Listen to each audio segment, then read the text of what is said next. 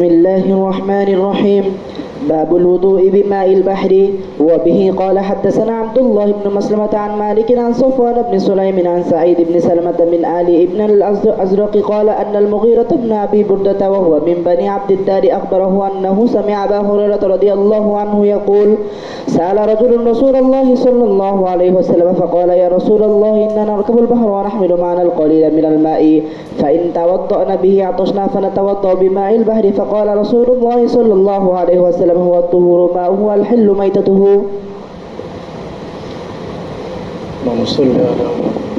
بسم الله الرحمن الرحيم. باب الوضوء بماء البحر. আল বাহার বাংলায় সাগর, সাগরের পানি দিয়ে ওযু করা সম্পর্কে এই অধ্যায়। আরবি ভাষায় দুইটি শব্দ, আল বাহার আর নাহার। নাহার বলা হয় নদীর পানি যেটা মিষ্টি হয়, নদীর পানি মিষ্টি হয়, মিষ্টি পানিওয়ালা নদী, এই নদীকে নহর বলে। আর বাহার হলো সাগর, সাগরের পানি লবণাক্ত হয়। সাগরের পানি কি হয়? লবণাক্ত হয়। এই জন্য আমরা যে লবণ খাই, এই লবণ পানি দিয়ে চাষ করে।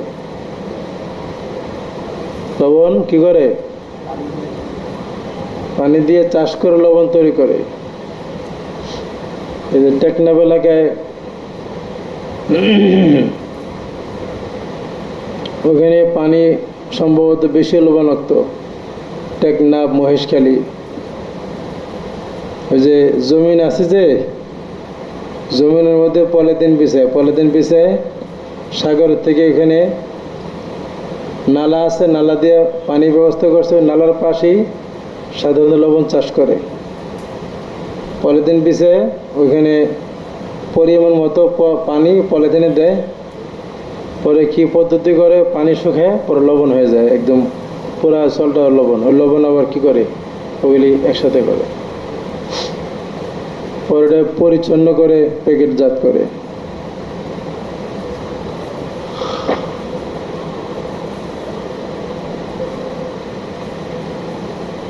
তাহলে সাগরের পানি দিয়ে ওযু করা সম্পর্কে অধ্যায়। হাদিসের মধ্যে আসছে, قال إن المغيرة بن أبي بردة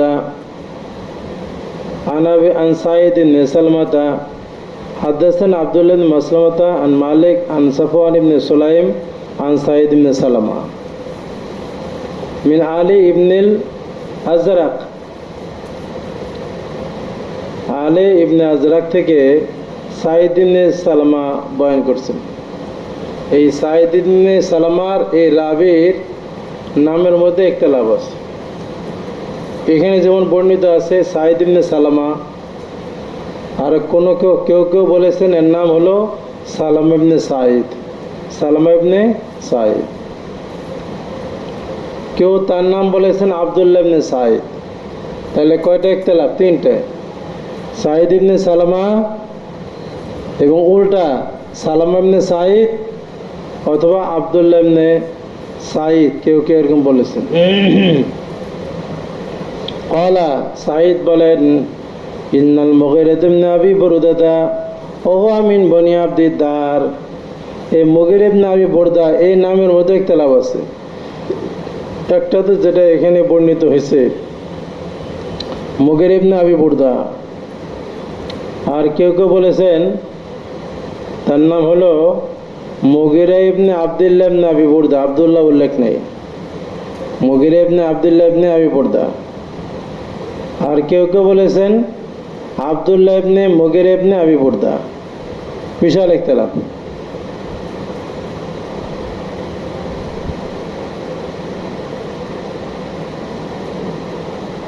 এজন্য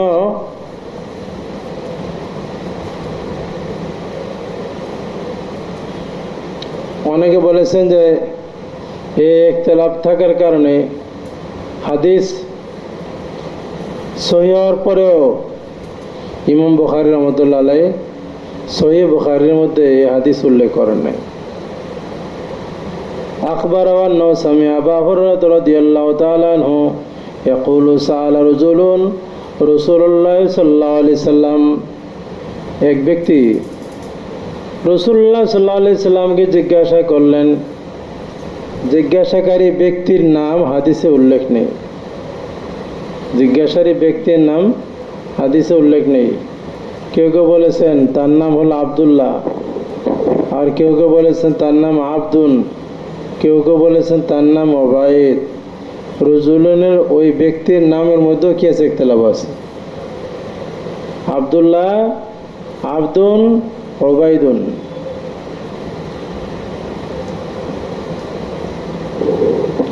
সাআলা রাজুলুন রাসূলুল্লাহ সাল্লাল্লাহু আলাইহি সাল্লাম, এক ব্যক্তি আল্লাহ রাসূল সাল্লাল্লাহু আলাইহি সাল্লামকে জিজ্ঞাসা করলেন, সওয়াল করলেন। কি সওয়াল? ইস্তেফতা করলেন, মাসালা জিজ্ঞাসা করলেন। মাসালা কি? فقال يا رسول الله إنا نركب البحر ونحمل معنا القليل من الماء। আল্লাহ রাসূল, আমরা সাগরে ভ্রমণ করি, বিভিন্ন কারণে ভ্রমণ করি। কোন কোন রিওয়ায়াতের মধ্যে আছে লিসাইদি, আমরা শিকার করার জন্য সাগরে ভ্রমণ করি। বোঝা গেল শিকারের জন্য সাগরে ভ্রমণ করা জায়েজ আছে। ও নাহমিলু মা'নাল কালিলা মিনাল মা'i, সফরের মধ্যে প্রয়োজনীয় পানি আমরা বহন করি আমাদের সাথে কম পরিমাণ পানির থেকে। বহন করার জন্য বেশি পানি তো নেওয়া যায় না। কম পানি, যেটা মিষ্টি পানি, পান করার জন্য আমরা মিষ্টি পানি একটা কম পরিমাণ আমাদের সাথে বহন করে নিয়ে যাই। কারণ সাগরের সফরের মধ্যে পানি আছে কিন্তু পানি পরিমাণে কম, এটা শুধু পান করা যাবে। কারণ আমাদের ওযু ভেঙে যায়, সাগরের সফরের মধ্যে আছি, সাথে পানি কম, পানি আছে সাগরে। কারণ আমরা যদি ওযু করি এই বহন করা মিষ্টি পানি দিয়ে, তাহলে আমাদের পানের জন্য পানি সংকট হয়ে যাবে। এমত অবস্থায় ওযুর কাজ আমরা এই সাগরের পানি দিয়ে করতে পারবো কিনা, এর জিজ্ঞাসা। ফাইন তাওয়াজ্জানা বিহি আতিশনা, যদি আমরা ওই বহনকৃত পানির মাধ্যমে ওযু করি তাহলে আমরা পিপাসিত হব, পিপাসিত পানি শেষ হয়ে যাবে। আফালা তাওয়াজ্জাউ বিমাইল বাহরে, কাজে আমরা সাগরের পানি দিয়ে ওযু করতে পারবো কিনা। ফাকাল রাসূলুল্লাহ সাল্লাল্লাহু আলাইহি ওয়াসাল্লাম ওয়া তুহুরু মাউহু, রাসূল করিম সাল্লাল্লাহু আলাইহি ওয়াসাল্লাম বললেন, ওয়া তুহুর, পবিত্র সাগরের পানি, সাগরের পানি পবিত্র। আল হিল্লু মাইতাতুহু, এবং সাগরের মৃত জানোয়ার, মৃত প্রাণী হালাল। এই তরজমা বোঝা আসছে। এখানে এক নম্বর বিষয় হলো, এই সাহাবী রসুলকে সাগরের পানি দিয়ে ওযু করা যাবে কিনা প্রশ্ন করলেন। সাগরের পানি এটা পবিত্র, এটা সবাই জানে। এটা কি কারণে তিনি প্রশ্ন করলেন? যে কোনো প্রশ্নেরও তো একটা কারণ থাকা উচিত। প্রশ্নটা কি? প্রশ্নের যুক্তিসঙ্গত বিষয় থাকা উচিত। অযৌক্তিক প্রশ্ন অসঠিক এবং অযৌক্তিক প্রশ্নের জবাব দেওয়া হয় না। প্রশ্নের যৌক্তিকতা কি? সাহাবী যদি প্রশ্ন করলেন, এই প্রশ্ন কেন আসলো, কথা ঠিক কিনা? এই জন্য মুহাদ্দিসিন ব্যাখ্যায় বলেছেন যে প্রশ্নেরও কি আছে? যৌক্তিকতা আছে। কারণ উনি মনে করেছেন সাগরের মধ্যে অনেক প্রাণী বসবাস করে, ওখানে সাগরের প্রাণী সাগরে মরে, আর মরে পচে গেলে সাগরেই থাকে।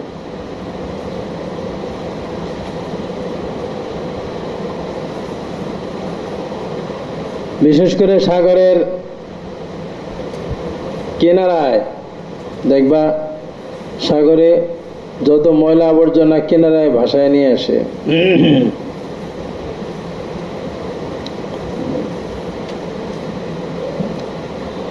তো যেহেতু ওখানে অনেক প্রাণী বসবাস করে, তো এগুলি ওখানে মরে পচে গলে ওই সাগরের মধ্যে থাকে।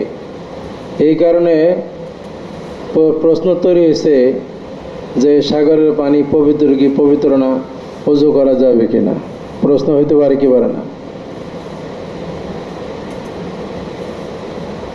এই জন্য সাহাবী প্রশ্ন করেছেন।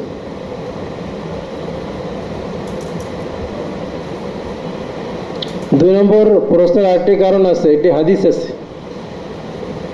হাদিসের মধ্যে আসছে যে ইন্না তাহতাল বাহরে নারান, ইন্না তাহতাল বাহরে নারান ও তাহতান নারে বাহরান। হাদিস আবু দাউদ শরীফের মধ্যে কিতাব জিহাদের শুরুতে আসবে, ইন্না তাহতাল বাহরে নারান ও তাহতান নারে বাহরান। এক হাদিস, লা ইয়ারকাবুল বাহরা ইল্লা হাজ্জুন আও মুতামিরুন আও গাজিন ফি সাবিলিল্লাহ। হাদিস কিতাবুল জিহাদের শুরুতে আসছে, লা ইয়ারকাবু আল বাহরা ইল্লা হাজ্জুন আও মুতামিরুন আও গাজিন ফি সাবিলিল্লাহ। হাদিস পুরো হাদিস বললাম, পুরো শুরুর অংশ। নবীজি বলেন বাহার খুব খারাপ, ভয়ানক, এখানে কেউ যেন সফর না করে, একমাত্র হজকারী অথবা উমরাকারী অথবা আল্লাহর রাস্তায় জিহাদে যাবে মুজাহিদ, এছাড়া কেউ যেন সাগরে ভ্রমণ না করে। ফুর্তি ফার্তি করার জন্য সাগরে যাও না, বন্ধু নিয়ে সাগরে মরবে, প্রায় মরে। কারণ ফাইন্না তাহতাল বাহরে নারান, ফাইন্না তাহতাল বাহরে নারান ও তাহতান নারে বাহরান। নবীজি বলেন কারণ সাগর নিচে আগুন আছে, আবার আগুন নিচে সাগর আছে। ভয়ানক কথা। সাগর নিচে কি আছে রে? আগুন আছে। এই জন্য সাহাবী হাদিস যেহেতু জেনেছেন, জেনে চিন্তা করছেন সাগরের নিচে যেহেতু আগুন আছে, এই আগুনের উপর পানি দিয়ে এটা উযু করা যাবে কিনা। এই জন্যই হযরত আব্দুল্লাহ ইবনে ওমর, আব্দুল্লাহ ইবনে আমর ইবনে আস, ওনাদের মাযহাব এই হাদিসের কারণে, যেহেতু সাগরের নিচে আগুন আছে, এই হাদিসের কারণে ওনারা বলেছেন সাগরের পানি দিয়ে উযু করা মাকরুহ। মাকরুহর পক্ষেও সাহাবী ছিলেন। এই হাদিসের কারণে ওনারা মত পোষণ করেছেন যে সাগরের পানি দিয়ে উযু করা মাকরুহ। তাহলে সাগরের পানির মধ্যে সমস্যার দিক আছে না নাই? এক তো হলো এখানে নাপাক পরে কি পারে না। দুই নম্বর হাদিস পাওয়া গেল যে সাগরের পানির নিচে আগুন আছে। এই জন্য সাহাবী জানতে চাইলেন, বিষয়টাকে পরিষ্কার করতে চাইলেন যে সাগরের সফরে ওযুর প্রয়োজনে এই সাগরের পানি দিয়ে ওযু করা জায়েজ হবে কিনা। হ্যাঁ, আচ্ছা পরে বলি, এটা তো আমাদের বহস শেষ হয় নাই। ওটা রাখো, হাদিসে রাখো, কথা আসবে, বুঝো নাই? হাদিসের ব্যাখ্যা বলবো পরে, আগে আমরা মূল কথায় আসি। ওটা রাখো।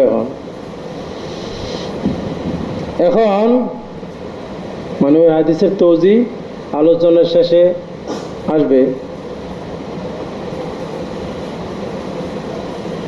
তাহলে প্রশ্ন কেন করলেন? আমরা এটা প্রশ্নের যুক্তিসঙ্গত দিক পাইলাম। নবীজি সাল্লাল্লাহু আলাইহি ওয়াসাল্লাম উত্তর দিলেন, হুয়া তুহুরু মাউহু, সাগরের পানি পবিত্র, কাজে ওযু করতে পারবে। আরেকটু উত্তর বাড়িয়ে বললেন, ফতোয়া জিজ্ঞেস করতে যে বিষয়, উত্তর আরো ডবল দিলেন। এক নম্বর কথা হলো এখানে প্রশ্ন, নবী করিম সাল্লাল্লাহু আলাইহি সাল্লাম উত্তরের মধ্যে শুধু নাম বললেই তো হতো। আনা তাওয়াজ্জু বিমাইল বাহার ফাকাল রাসূলুল্লাহ সাল্লাল্লাহু আলাইহি ওয়াসাল্লাম, নাম বললে উত্তর হয়ে যেত। আমরা কি সাগরের পানি দিয়ে উজু করব? নবীজি বললেন যে হ্যাঁ করো। তো এখানে নাম বললেই হইতো, নাম না বলে ব্যতিক্রম ভাবে নবীজি উত্তর দিলেন। এখানে উত্তর কিন্তু নাম বলাটাই এবারত হিসাবে মুনাসিব ছিল, কিন্তু নবীজি এখানে ভিন্ন বাক্য উল্লেখ করে উত্তর দিলেন। কারণ কি? যা তুহুর মাহু, সাগরের পানি পবিত্র। এই পুরা বাক্যে ব্যতিক্রম ভাবে উত্তর দেওয়ার হিকমত আছে। এক নম্বর হলো, যদি নবীজি নাম বলতেন নাম, তাহলে প্রশ্নে যতটুকু জিজ্ঞাসা ছিল শুধু অতটুকুই সমাধান পাওয়া যেত, যে উজু করা যাবে কিনা, হ্যাঁ যাবে। এর বাইরে আর কিছু আমরা বুঝতাম না, কথা ঠিক কিনা? কিন্তু নবীজি উত্তরটা এমনভাবেই দিয়েছেন যাতে সাগরের পানি সম্পর্কে পরিপূর্ণ সমাধান আমরা পেয়ে যাই। তাহলে উত্তর এইভাবে দেওয়ার কারণে একটা হলো শুধু অজুর সাথে খাস রইল না উত্তর, এই কথা বোঝা আসছে কিনা? দুই নম্বর হলো, যদি নাম বলতেন তাহলে বোঝা যাইতো প্রশ্ন যেরকম শুধু প্রশ্নের অবস্থার সাথেই অজু করাটা এটা অনুমতি পাওয়া গেছে, এতটুকু বোঝা যেত। এর বাইরে সাগরের পানি ব্যবহার করা যাবে এটা প্রমাণ পাইতাম না আমরা। যে সাগরের সফরের মধ্যে পানি আছে কিন্তু পানি সংকট, তাহলে ওই সংকট অবস্থায় উজু করতে পারবো কেন? নবীজি বলে হ্যাঁ। তাহলে উত্তরে হ্যাঁ বললে বোঝা যাইতো যে সংকট থাকলে, সাথে অন্য পানি, মিষ্টি পানির সংকট থাকলে সাগরের পানি দিয়ে উজু করা যাবে, আর সংকট না থাকলে সাগরের পানি দিয়ে উজু করা যাবে না, এরকম বোঝা যাইতো, কথা ঠিক না? তো ওই সীমাবদ্ধতা সওয়ালের মধ্যে আছে, কিন্তু নবীজি ইবারতের দ্বারাই, ভিন্ন আলফাজে জবাব দেওয়ার দ্বারাই বিষয়টা কুল্লিভাবে আমাদের কাছে পরিষ্কার করে দিলেন। আত-তুহুর মাহু, সাগরের পানি পবিত্র, সাগরের পানি পবিত্র। তার মানে তোমার পানি সর্বাবস্থায় পবিত্র। এটা তোমার ব্যবহারের পানি সংকট থাক, সংকট না থাক, প্রয়োজন থাক না থাক, সাগর পানি সর্বাবস্থায় পবিত্র। তোমার যখন প্রয়োজন তুমি এতে উজু করতে পারবে। এই কথা ক্লিয়ার হলো কিনা? দুই নম্বর আরেকটি প্রশ্ন, ইস্তেফতা যতখানি জবাব ফতোয়া অতখানি, এটাই আমাদের ফতোয়ার মূলনীতি। প্রশ্নের মধ্যে যেই পয়েন্ট থাকবে উত্তর মুফতি সাহেব অতটুকু দিবে, এটাই ফতোয়ার নিয়ম। তো এখানে প্রশ্ন করছেন উনি একটা বিষয় নিয়ে, নবীজি আরো বাড়িয়ে আরেকটি বিষয়কে উত্তর দিলেন। এটা কেন করলেন? আরেকটি বিষয় নতুন সংযোজন করলেন উত্তরের মধ্যে, আল হিল্লু মায়তাতুহু, সাগরের পানি তো পবিত্র জানলা, আর সাগরের মৃত বস্তু সেটাও হালাল। আর একটা বিষয় নবীজি উত্তরে বলে দিলেন, এটা জিয়াদা বললেন, অতিরিক্ত বললেন। এর কারণ কি? কারণ হলো, এটা দুই কারণ। একটা হলো, এটা প্রসঙ্গ থেকে নবীজি ভিন্ন প্রসঙ্গে জবাব দেন নাই, বরং এটাও আগের প্রসঙ্গের সাথে মিল আছে। কিভাবে মিল আছে? আল হিল্লু মায়দাতুহু আত-তুহুর মাহুর জন্য দলিল। আল হিল্লু মায়দাতুহু আত-তুহুর মাহুর কিরে দলিল। প্রশ্নকারীর প্রশ্নের যে মনসা ছিল কি, সাগরের মধ্যে নাপাক পড়ে, এখানে জানোয়ার মরে, সাগরের পানির জানোয়ার মরে পানি নাপাক হবে কিনা? নবীজি বলেন পানি পাক।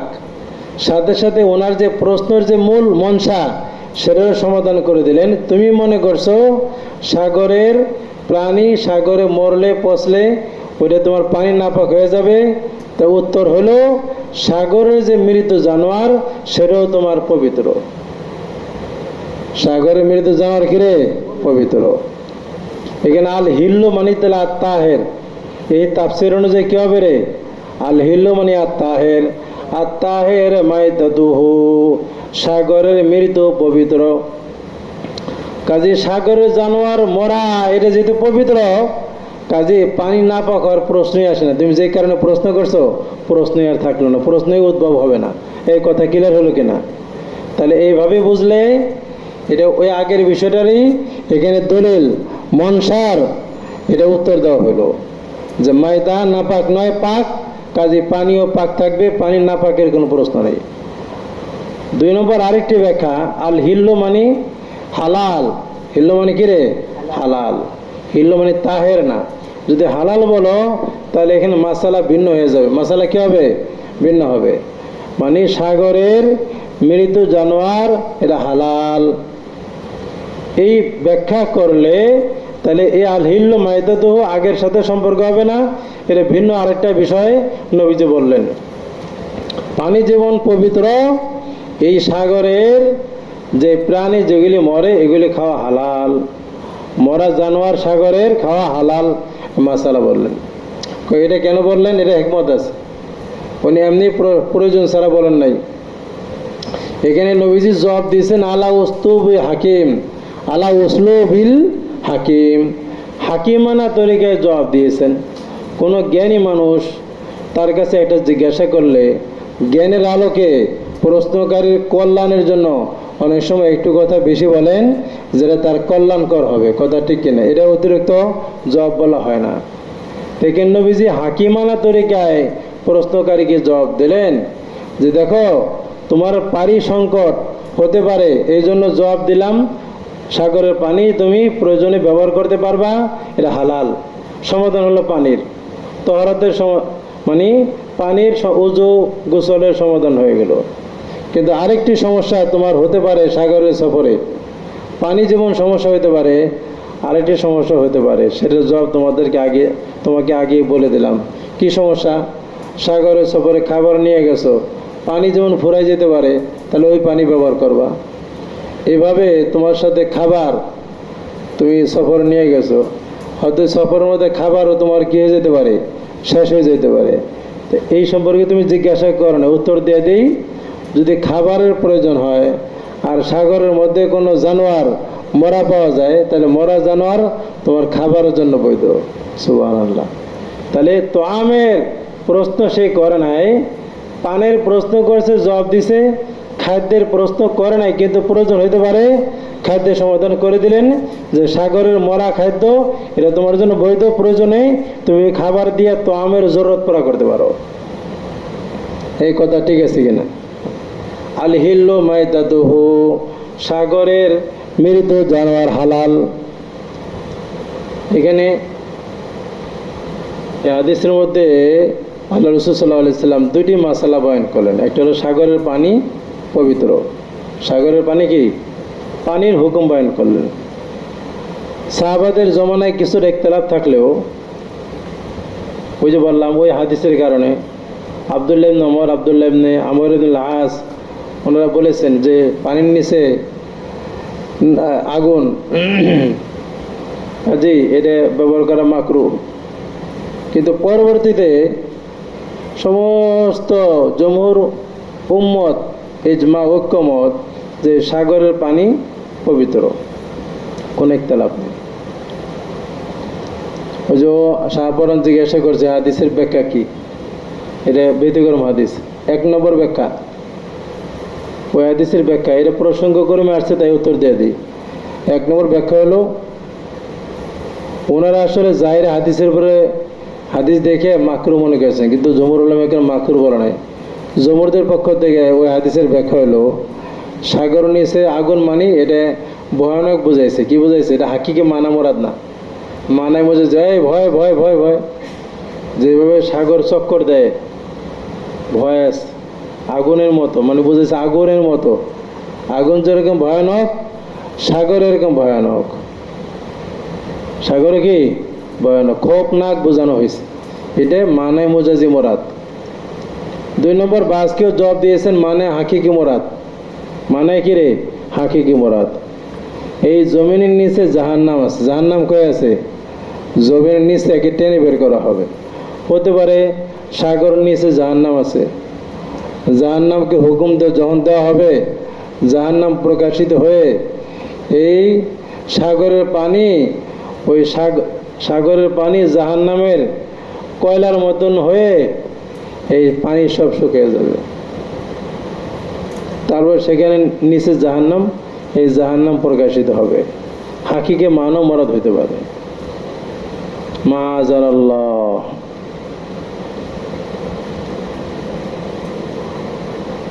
এই কথা বোঝা আসছে কিনা? এবার আমরা আলোচনায় আসি। তাহলে পানি যে পবিত্র, এটা নিয়ে মোটামুটি ইখতিলাফ, কোনো ইত্তেফাক ইখতিলাফ নাই। আল হিল্লু মাইতাতুহু, সাগরের প্রাণী হালাল। সাগরের প্রাণীর ব্যাপারে আইম্মায়ে কেরামদের মধ্যে ইখতিলাফ আছে।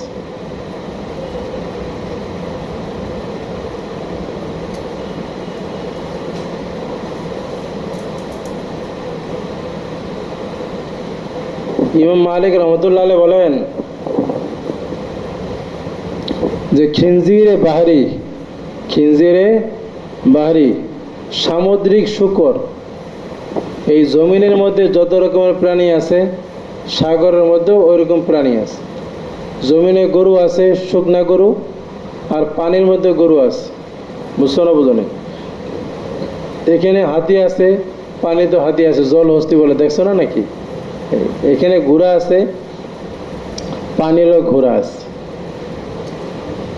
যত যত প্রাণী এই স্থলের মধ্যে আছে, অত অত ধরনের প্রাণী, তার সাদৃশ্য প্রাণী কি আছে?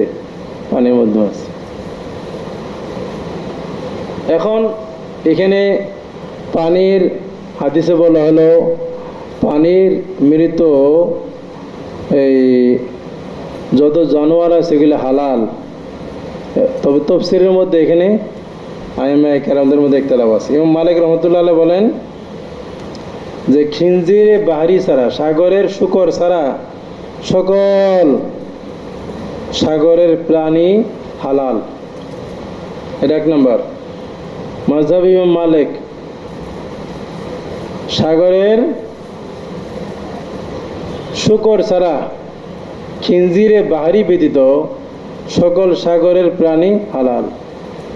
কেউ কেউ তাকে ভয়ানক তাকে কই এই বুঝে লেখনে কিছুই করে না, আমার দিকে রাখবে তাকে রিস।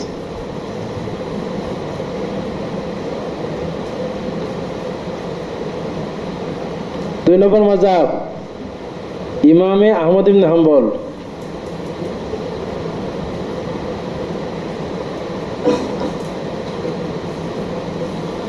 আহমদ ইবনে হাম্বলের নিকটে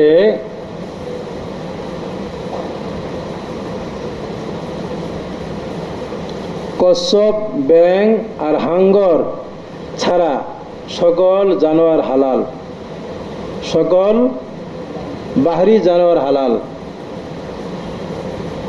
কচ্ছপ, ব্যাঙ আর কি হাঙ্গর, এই তিনটা ছাড়া সাগরের সকল প্রাণী হালাল।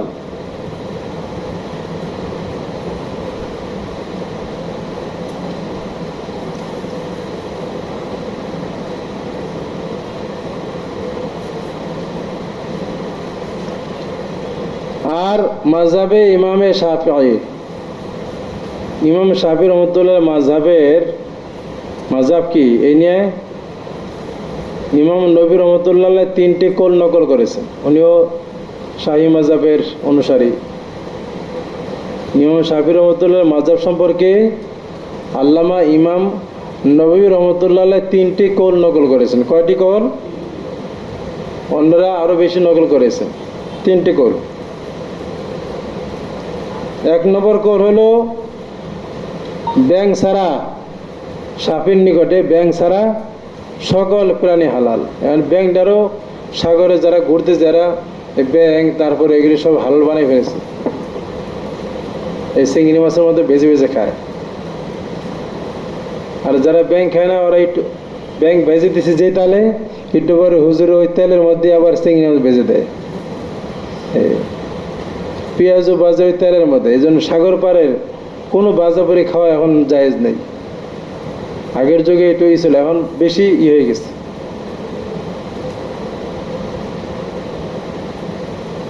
এই জন্য জমা উরুফের কারণে ফতোয়া চেঞ্জ হবে। সাগর পাড়ে কোনো ভাজা করে খাওয়া যায় না, হারাম।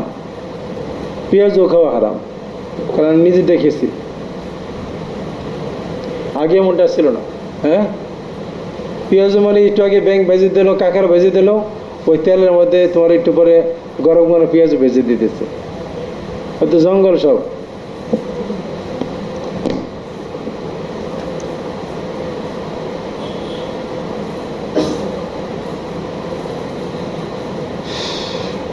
তাহলে 1 নম্বর মাঝে হলো ব্যাং ছাড়া সকল মাইতা, বাহারি মাইতা হালাল, মাইতাতুল বাহার হালাল। 2 নম্বর কল হানাফিয়াদের মতো। 2 নম্বর কল কি রে?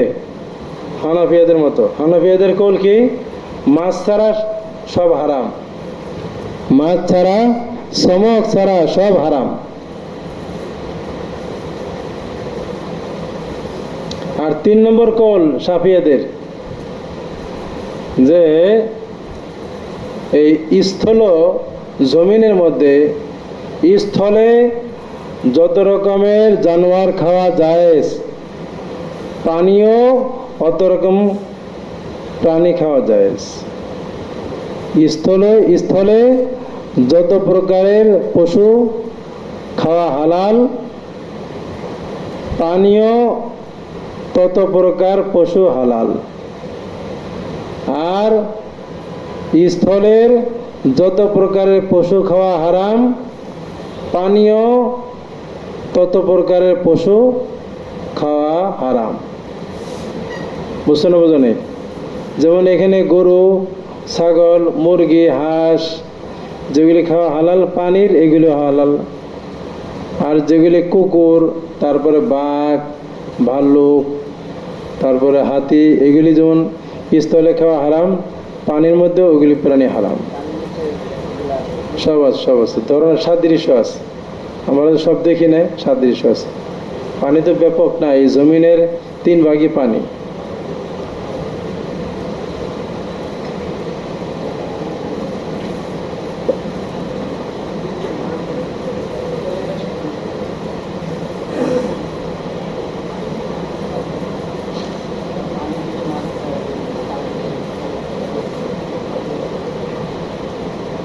সেটা আসলে খুঁজতে হবে, খুঁজে দেখবা।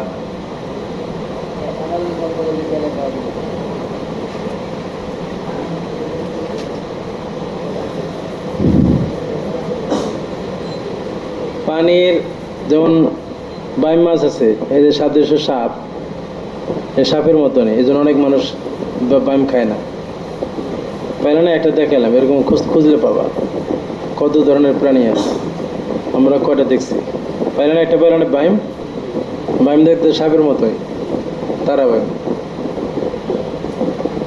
এই জন্য অধিকাংশ মহিলাই, অনেক মহিলাই কি খায় না, বাইম মাছ খায় না।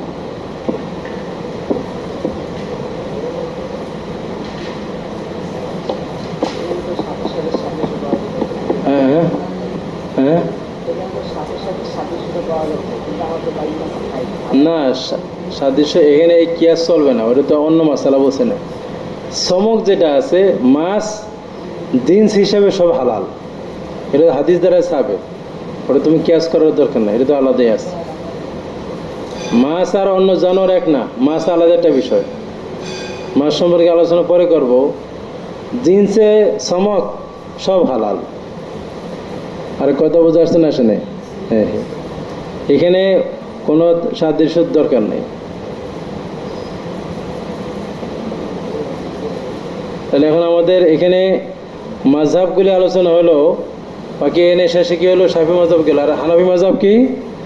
সাগরের মাছ ব্যতীত অন্য সকল প্রাণী হারাম, শুধু মাছই হালাল।